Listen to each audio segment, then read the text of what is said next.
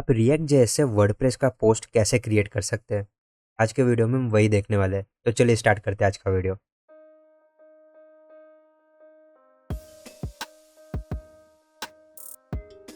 Friends, last time की तरह मैंने यहाँ पे भी कुछ चेंजेस करके रखे हैं, कुछ कोडिंग करके रखी हुई है। एटलीस्ट जो टेम्पलेट है वो मैंने क्रिएट करके रखा हुआ है। तो चलिए देख लेते हैं मैंने चेंजेस में क्या क्या किया है। ठीक है, तो लास्ट टाइम हमने लॉगिन का एपीआई बनाया था। ठीक है, तो यहाँ पे मैं लॉगिन कर लेता हूँ। हमने क्या किया था, लॉगिन पे जैसे ही हम यहाँ पे लॉगिन पे क्लिक करते हैं तो हमारा जो लोकल स्टोरेज है वहाँ पे हम एक यूज़र का ऑब्जेक्ट स्टोर करवा रहे थे। अब मैं लोकल स्टोरेज ओपन कर लेता हूँ। देखिए, ये अभी ब्लैंक है। जैसे मैं यहाँ पे लॉगिन पे क्लिक करूँगा हमारा एपीआई कॉल होगा और हमारे एपीआई का रिस्पॉन्स जैसे सक्सेस में आ जाएगा, हमारा यहाँ पे यूज़र का जो डेटा है वो स्टोर हो जाएगा। देखिए, इस यूज़र के डेटा में हमें क्या क्या मिल रहा है, तो मैं बड़ा कर ले रहा हूँ थोड़ा। और ये अलर्ट आया है तो इसको निकाल देते हैं। ठीक है, हमारे जो यूज़र का ऑब्जेक्ट है उसके अंदर हमारे पास टोकन है, उसकी ईमेल आईडी है, उसका नाइस नेम है और डिस्प्ले नेम है, ये सारी चीज़ें। हमें जो काम लगेगा वो है हमारा टोकन। और एक जो चीज़ मैंने यहाँ पे की है, अभी तक मैंने रीडर्स का सेटअप नहीं किया, इसलिए कुछ यहाँ पे यूआई में चेंजेस नहीं हुआ है। मैंने यहाँ पे लॉगिन को रिडायरेक्ट भी नहीं कराया कहीं पे। तो अगर मैं यहाँ पे रिलोड करता हूँ पेज को, मैंने रिलोड किया तो अब देखें यहाँ पे लॉगिन का ही पेज लोड हुआ है, लेकिन यहाँ पे हमारे पास यूआरएल में दो लिंक एक्स्ट्रा आ गई है। एक है ऐड पोस्ट और दूसरा है लॉग आउट। मैंने लॉग आउट की कोई फंक्शनलिटी अभी रखी नहीं है, सिर्फ वहाँ पे लिंक रख दिया है। हमारा जो आज हम करने वाले हैं वो है ऐड पोस्ट। यहाँ पे ये जो टेम्पलेट है वो मैंने क्रिएट किया हुआ है। ये टेम्पलेट बेसिकली मैंने चैट जीपीटी में डाल के वहाँ से मैंने निकाल लिया है, तो उसने मुझे टेम्पलेट क्रिएट करके दे दिया। तो मैंने सेम वही टेम्पलेट यहाँ पे पेस्ट किया तो मुझे ये रिजल्ट मिला। तो डिज़ाइन में इतना फोकस करना भी नहीं है फिलहाल, फंक्शनलिटी देखनी है। तो चलिए एक बार कोड में क्या चेंज है वो देख लेते हैं। ठीक है, तो सबसे पहला चेंज हमारा पेजेस में है। ऐड पोस्ट करके मैंने एक राउट ऐड किया, उसका एक कंपोनेंट बना दिया है मैंने। ये जो राउट है उसका मैचिंग एक लिंक डाल दिया मैंने नेव बार में।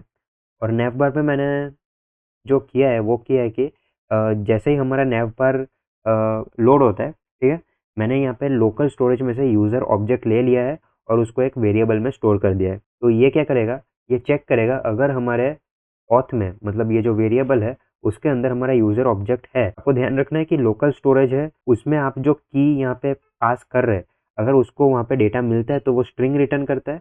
अगर उसको वो की का कोई डेटा नहीं मिलता है तो वो नल रिटर्न करता है। ठीक है, तो अगर यहाँ पे मुझे ये यूज़र ऑब्जेक्ट नहीं मिलता है तो मेरे ऑथ में नल स्टोर हो जाएगा। और यहाँ पे मैंने चेक करवा लिया है, अगर मेरा जो ऑथ वेरिएबल है उसमें कोई भी डेटा नहीं है तो मुझे यहाँ पे लॉगिन का जो लिंक है वो दिखाना है।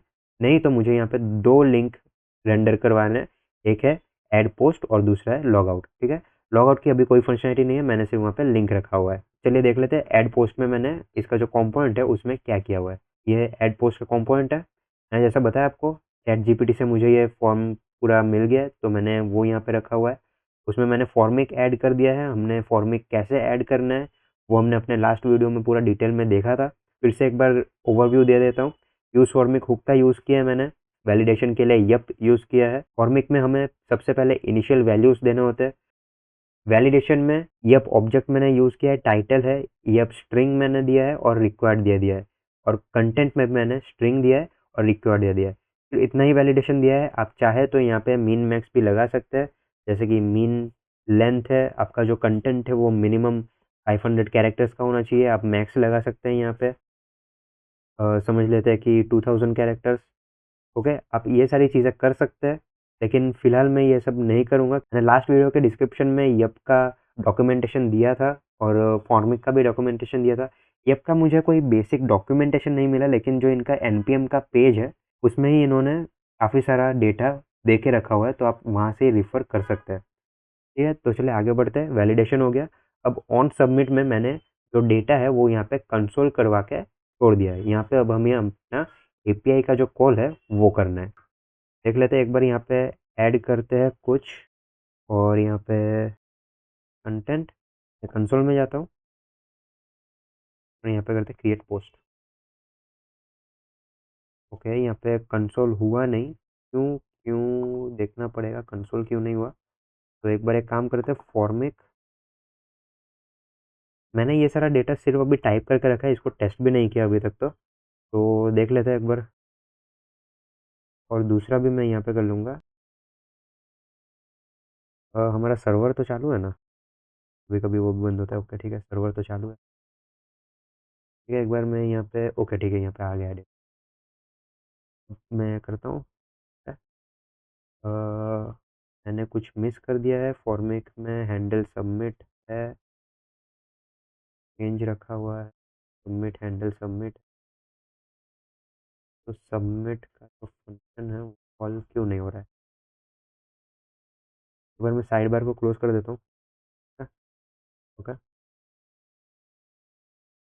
शायद चैट जीपीटी ने जो ये बटन है मुझे बटन क्रिएट करके दिया है। एक काम करते हैं, यहाँ पे ले लेते हैं इनपुट।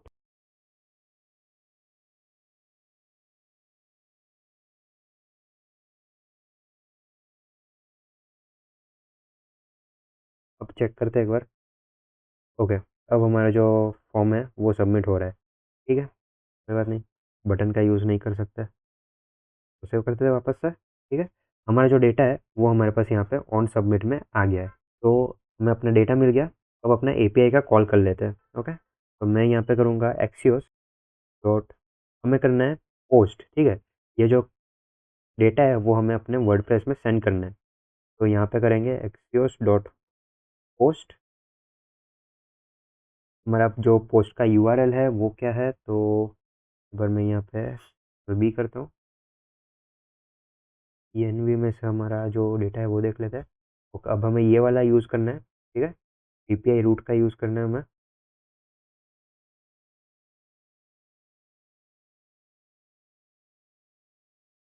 ये आ गया हमारा रूट। कहाँ तक है, तो कहाँ तक है, तो वर्जन 2 तक है।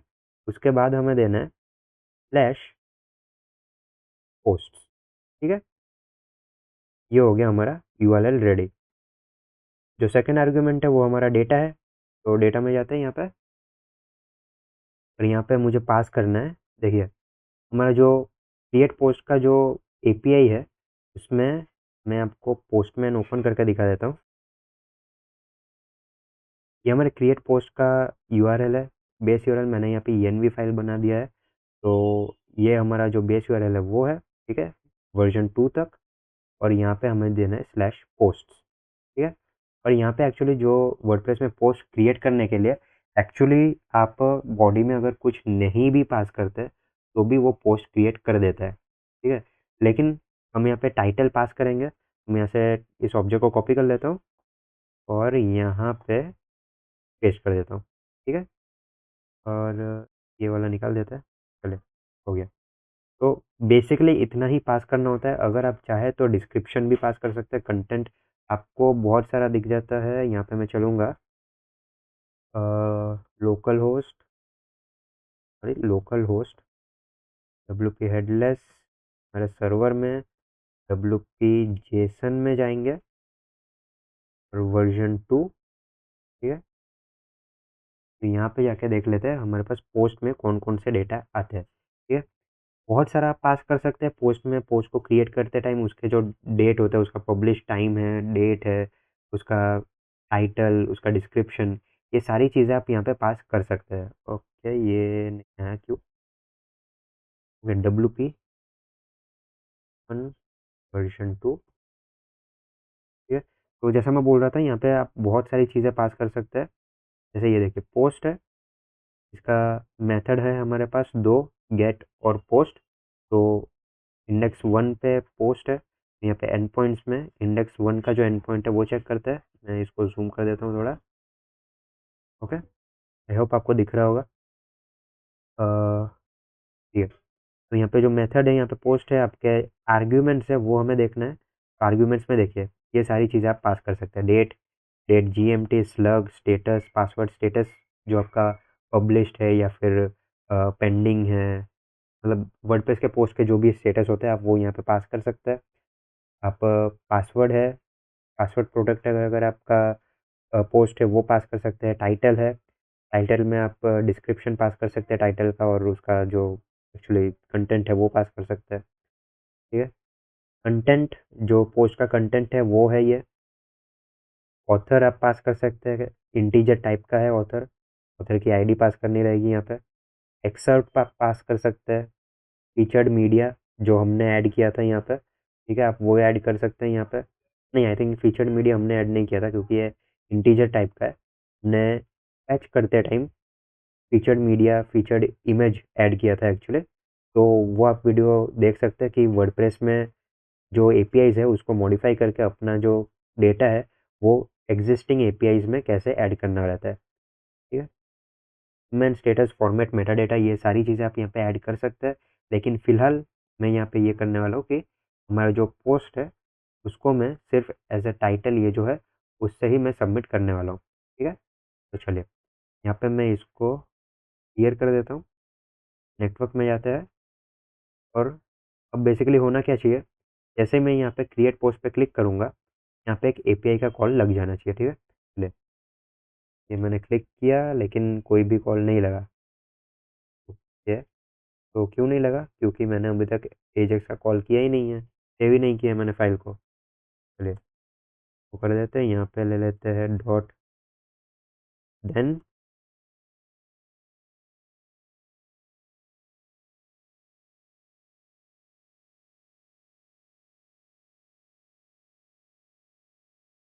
चलिए, ये हमारा एजेक्स का कॉल कंप्लीट हो गया। सेव करते हैं इसको। प्रोबेबली सेव कर देना ज़्यादा अच्छा है, नहीं तो चेंजेस कैसे दिखेंगे। ठीक है? चलिए, अब अगर मैं इसको क्लिक करता हूँ तो होपफुली दिखना चाहिए कुछ तो।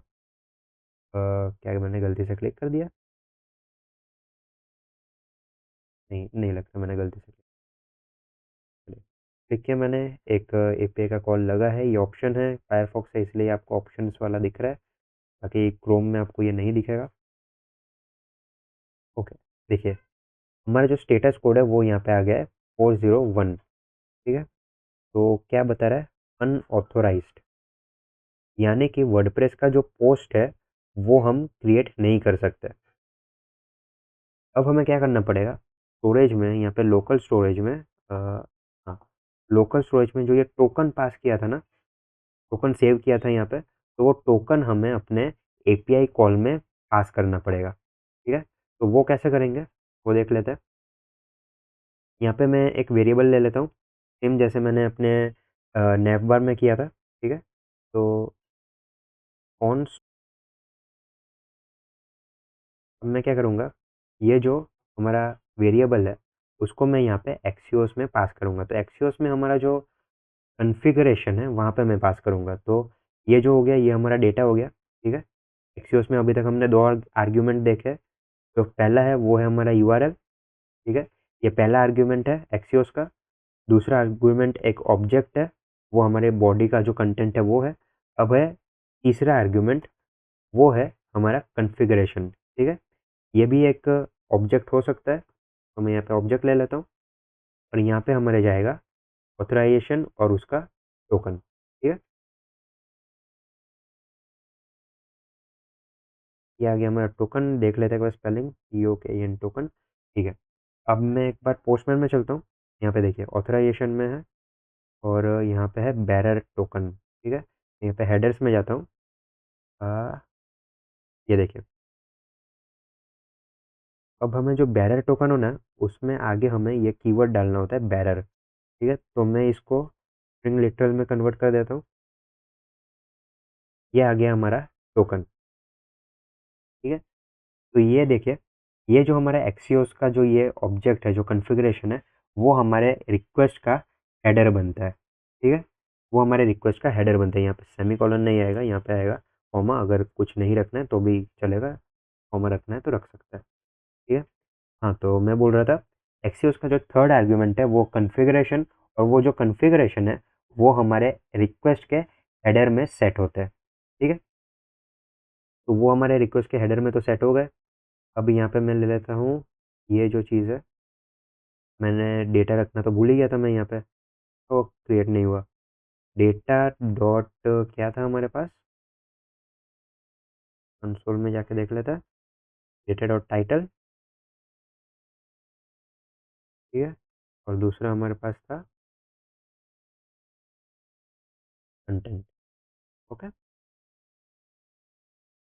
ठीक है, ये भी हो गया। अब इसको सेव करता हूँ, यहाँ पे आता है, तो टैब ओपन करते हैं, इसको मैं क्लियर नहीं करता हूँ, एज इट इज़ रहने देता हूँ। और चलिए यहाँ पे हमारा रीलोड हो गया है पेज। ठीक है, अब मैं करता हूँ क्लिक यहाँ पे। देखिए हमारा कॉल लगा है, देखते हैं क्या होता है। ठीक है, ये ऑप्शंस वाला कॉल है वापस से। देखिए अभी भी 401 ही आ रहा है, क्यों? एक बार यहाँ पे चेक करना पड़ेगा हेडर्स में हमें क्या पास हो रहा है।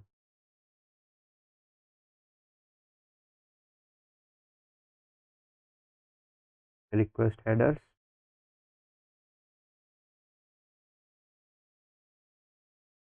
यहाँ पे अभी तक हमारा जो कंटेंट है वो आया नहीं है। एक बार मैं रिलोड करता हूँ। मुझे अभी भी यहाँ पे दिख नहीं रहा है, तो प्रॉब्लम क्या है यहाँ पे?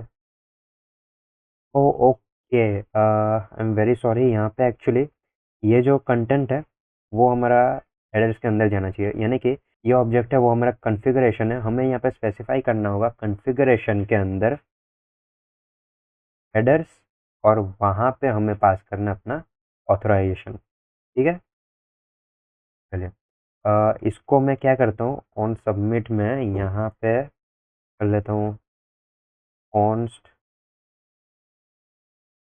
हेडर्स, और यहाँ पे मैं ये जो ऑब्जेक्ट है ये ऑब्जेक्ट यहाँ पे ले लेता हूँ। ठीक है, ये ऑब्जेक्ट बन गया कॉन्स्ट डेटा। डेटा तो पहले से है, तो पोस्ट, और यहाँ पे मैं ले लेता हूँ डेटा। ठीक है, बेसिकली डेटा के अंदर टाइटल और कंटेंट ये दो ही की है, तो मैं एक्चुअली क्या कर सकता हूँ, मैं यहाँ पे ये जो ऑब्जेक्ट है उसकी जगह पे मैं डायरेक्टली डेटा सेंड कर सकता हूँ। ठीक है, क्यों? क्योंकि डेटा के अंदर ऑलरेडी वही ऑब्जेक्ट है। ठीक है, डेटा के अंदर अगर मैं चाहूँ यहाँ पे कंसोल में, तो देखिए यहाँ पे भी टाइटल और कंटेंट ये दो ही ऑब्जेक्ट है। ठीक है, और यहाँ पे भी हमारे पास वही दो है, तो यहाँ पे मैं डायरेक्ट डेटा दे देता हूँ और इसको मैं यहाँ से निकाल देता हूँ। ओके, चलिए ये आ गया। अब हेडर्स है। ठीक है, ये हमारा डेटा चला गया। ठीक है, बॉडी के अंदर हमारा डेटा पास करना है वो चला गया। यहाँ पे एक और ऑब्जेक्ट है और उसके अंदर हमें हेडर्स पास करना है, और हेडर्स में मैं यहाँ पे सेट कर देता हूँ हमारे हेडर्स वाला ऑब्जेक्ट को। ठीक है, थोड़ा कंफ्यूजिंग लग सकता है, लेकिन यहाँ पे आपको ध्यान रखना है सिर्फ तीन ही डेटा के पीस है यहाँ पे। पहला आपका यूआरएल है, ठीक है, एंड पॉइंट, आपका डेटा, और उसके बाद आपका कॉन्फ़िगरेशन ऑब्जेक्ट, और उस कॉन्फ़िगरेशन ऑब्जेक्ट के अंदर आपको पास करना है अपना हेडर्स। ठीक है, और हेडर्स में मैंने एक बेसिकली ऑब्जेक्ट बना दिया अब उसको अलग से, और वहाँ पे मैंने ऑथराइजेशन बेरर और अपना जो यूज़र का टोकन है वो यहाँ पे पास कर दिया है। चलिए अब ट्राई करते हैं, अब होपफुली हो जाना चाहिए। मैं एक बार इसको क्लियर कर देता हूँ। ठीक है, क्रिएट पोस्ट पे क्लिक करता हूँ। यहाँ पे एपीआई का कॉल लगा है, देखते हैं।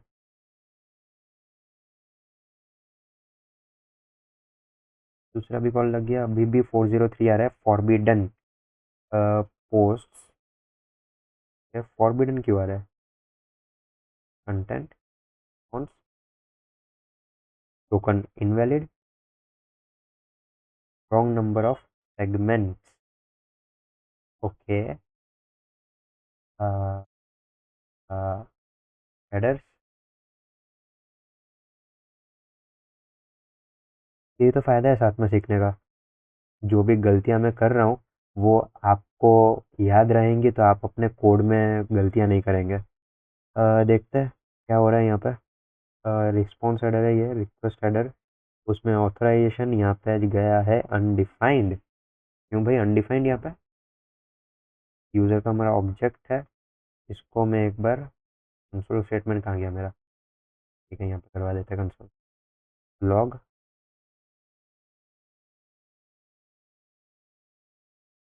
ठीक है, एक बार मेक श्योर कर लेते हैं यहाँ पे स्टोरेज के अंदर है ना। हाँ, स्टोरेज के अंदर तो है। यूज़र कंसोल लॉग में आता है, और तो मैं क्लियर करा देता हूँ और यहाँ पे करता हूँ क्लिक। यूज़र के अंदर हमारे पास टोकन मिल रहा है, और ऑफ कोर्स वो अनडिफाइंड आएगा। क्यों? क्योंकि ये जो हमारा यूज़र है वो एक स्ट्रिंग है। ठीक है, ये जो हमारा यूज़र है यहाँ पे लोकल स्टोरेज हमेशा स्ट्रिंग स्टोर करता है, ठीक है, हमने लास्ट वीडियो में भी उसको स्ट्रिंगिफाई करके स्टोर किया था, तो ये एक स्ट्रिंग दे रहा है यहाँ पे। तो मैं इस वेरिएबल का नाम एक्चुअली चेंज कर भी सकता हूँ, नहीं तो यहाँ पे आता है और यहाँ से हम टोकन निकाल लेंगे सिर्फ। ठीक है, तो कंसोल लॉग निकालता हूँ मैं, कॉन्स्ट डी स्ट्रक्चर करूँगा टोकन। ठीक है, टोकन किस में से, यूज़र में। सब यूज़र तो हमारा स्ट्रिंग है, स्ट्रिंग में से तो डी स्ट्रक्चर होता नहीं है, तो यहाँ पे मैं करूँगा JSON dot parse. JSON dot parse कर लूँगा मैं, और यहाँ से मुझे मिल जाएगा टोकन, और यहाँ से मैं यूज़र निकाल देता हूँ। अब तो चल जाना चाहिए। आह, पता नहीं कब चलेगा ये। चलिए, सब कुछ हो गया, रन करते हैं। 201 क्रिएटेड। ठीक है, 201 स्टेटस कोड है, कुछ भी अगर नया क्रिएट होता है डेटाबेस में उसका, तो हमारा जो पोस्ट है वो यहाँ पे क्रिएट हो गया, और उसका पूरा जो भी आपका डेटा है वो यहाँ पे मिल गया है। देखिए यहाँ पे टाइटल है, टाइटल भी एक ऑब्जेक्ट है। अब देखिए ये जो पूरा ऑब्जेक्ट आपको यहाँ पे मिला है, अब ये सारी चीज़ें अपने बॉडी में भी सेंड कर सकते हैं। टाइटल में भी आप एक ऑब्जेक्ट सेंड कर सकते हैं यहाँ पे रॉ और रेंडर्ड। रेंडर जो है वो आपका जो HTML सामने आपको डिस्प्ले होगा अपने वर्डप्रेस के साइट में। फिलहाल तो हम रिएक्ट में कर रहे हैं, तो उसका कोई काम नहीं है, हमें सिर्फ रॉ वाला जो चाहिए वही चाहिए। लेकिन आप यहाँ पे रेंडर्ड में HTML टैग वगैरह भी पास कर सकते हैं। ठीक है, रॉ में आपका टेक्स्ट जाएगा और रेंडर्ड में आपका HTML टैग के साथ जाएगा। चलिए, कंटेंट है, कंटेंट में भी सेम वही चीज़ है, रॉ रेंडर्ड। ठीक है, और फीचर्ड मीडिया, ऑथर। ऑथर यहाँ पर अटैच हो गया क्योंकि हमने एडमिन से लॉगिन किया हुआ है, उसका टोकन यूज़ किया क्रिएट करने के लिए, तो यहाँ पे एडमिन का जो यूज़र आईडी है वो यहाँ पे ऑथर में ऐड हो गया है। ये हो गया हमारा पोस्ट। यहाँ पे इंसर्ट, मैं एक काम करता हूँ, यहाँ पे हमारे जो पोस्ट्स है उनको देख लेते हैं। ठीक है, तो चलिए यहाँ पे मैं चलूँगा WP एडमिन। यहाँ पे हम जाएंगे पोस्ट में, कहाँ गया, हाँ। देखिए अब यहाँ पे जो स्टेटस है पोस्ट का वो है यहाँ पे ड्राफ्ट। तो आप क्या कर सकते हैं बेसिकली, यहाँ पे चलते हैं और एक बार जो ये रिस्पॉन्स है उसकी हमें ज़रूरत पड़ेगी। यहाँ पे होना चाहिए स्टेटस। ठीक है, अगर आपको स्टेटस दिखे तो बताइए। आप बता नहीं सकते तो मैं ही ढूंढ लेता हूँ। टाइटल स्टेटस, स्टेटस ये रहा। ठीक है, स्टेटस। तो मैं क्या करूँगा, ठीक है, अभी हमें डेटा का अलग से बनाना ही पड़ेगा। डेटा में जो भी है वो सब कुछ यहाँ पे डाल दूंगा। दूसरी एक चीज़ जाएगी स्टेटस। स्टेटस में क्या जाएगा, तो वो आपको यहाँ से मिल जाएगा, पब्लिश्ड। ठीक है, और पी आएगा स्मॉल, पब्लिश्ड। आप बेसिकली क्या कर सकते हैं, यहाँ पे WP एडमिन नहीं, WP जेसन में जा सकते हैं, WP वर्जन 2, और यहाँ पे जाके अपने जो API के एंड पॉइंट्स है वहाँ पे भी आप चेक कर सकते हैं कि यहाँ पे स्टेटस में आप क्या क्या पास कर सकते हैं। ठीक है, तो एंड पॉइंट्स में जाता है, फर्स्ट आर्ग्यूमेंट्स, स्टेटस। देखिए यहाँ पे इनम है, तो इनम का क्या मतलब होता है कि आप इनमें से ही कोई डेटा यहाँ पे पास कर सकते हैं, इसके अलावा कुछ भी पास नहीं कर सकते। तो अच्छा हुआ यहाँ पे देख लिया हमने, यहाँ पे पब्लिश्ड नहीं पब्लिश है, तो यहाँ पे ले लेते हैं पब्लिश। अब लेते हैं पोस्ट को, तो यहाँ पे डेटा की जगह पे मैं पोस्ट पास कर दूंगा। ठीक है, क्या किया मैंने, डेटा जो ऑब्जेक्ट है उसका सारा डेटा मैंने पोस्ट के अंदर डंप कर दिया, और उसके अंदर मैंने एक और की ऐड किया स्टेटस, और वहाँ पे मैंने दे दिया पब्लिश। चलिए इसको सेव करते हैं, वापस हम चलते हैं अपने पोस्ट पे, और यहाँ पे भी आके अब एक और API को कॉल करते हैं। ठीक है, यहाँ पे दे देते हैं तनुज 2, कंटेंट को रहने देते हैं एज इट इज़। ठीक है, और मैं करता हूँ अभी API को यहाँ पे क्लिक। ठीक है, एक और API का कॉल लग गया है, देखते हैं क्या होता है। चलिए, एक और यहाँ पे क्रिएट हो गया है, 201 आ गया यहाँ पे। अब इसका स्टेटस देख लेते हैं क्या है। देखिए यहाँ पे स्टेटस में आ गया पब्लिश्ड। अगर मैं वर्डप्रेस में भी जाता हूँ तो यहाँ पे एक और ऐड हो जाना चाहिए। रिलोड करते हैं पेज को, यहाँ पे एक और पोस्ट आ गया, और वो बाय डिफ़ॉल्ट यहाँ पे पब्लिश भी हो गया है। अब यहाँ पे काफ़ी सारी चीज़ें सेंड कर सकते हैं, आपको वर्डप्रेस का जो डॉक्यूमेंटेशन है वहाँ पे ये सारे डेटा मिल जाएंगे, क्या क्या आर्ग्यूमेंट सेंड कर सकते हैं वो सब कुछ आपको यहाँ से मिल जाएगा। तो फ्रेंड्स आई होप आपको ये वीडियो अच्छा लगा, कुछ नया सीखने को मिला होगा। अगर आपने इस वीडियो में से कुछ नया सीखा है तो अपने फ्रेंड्स के साथ शेयर कीजिए, इस वीडियो को लाइक कीजिए। तो चलिए मिलते हैं अपने नेक्स्ट वीडियो में। मैं हूं Tanuj Patra. Take care and good bye.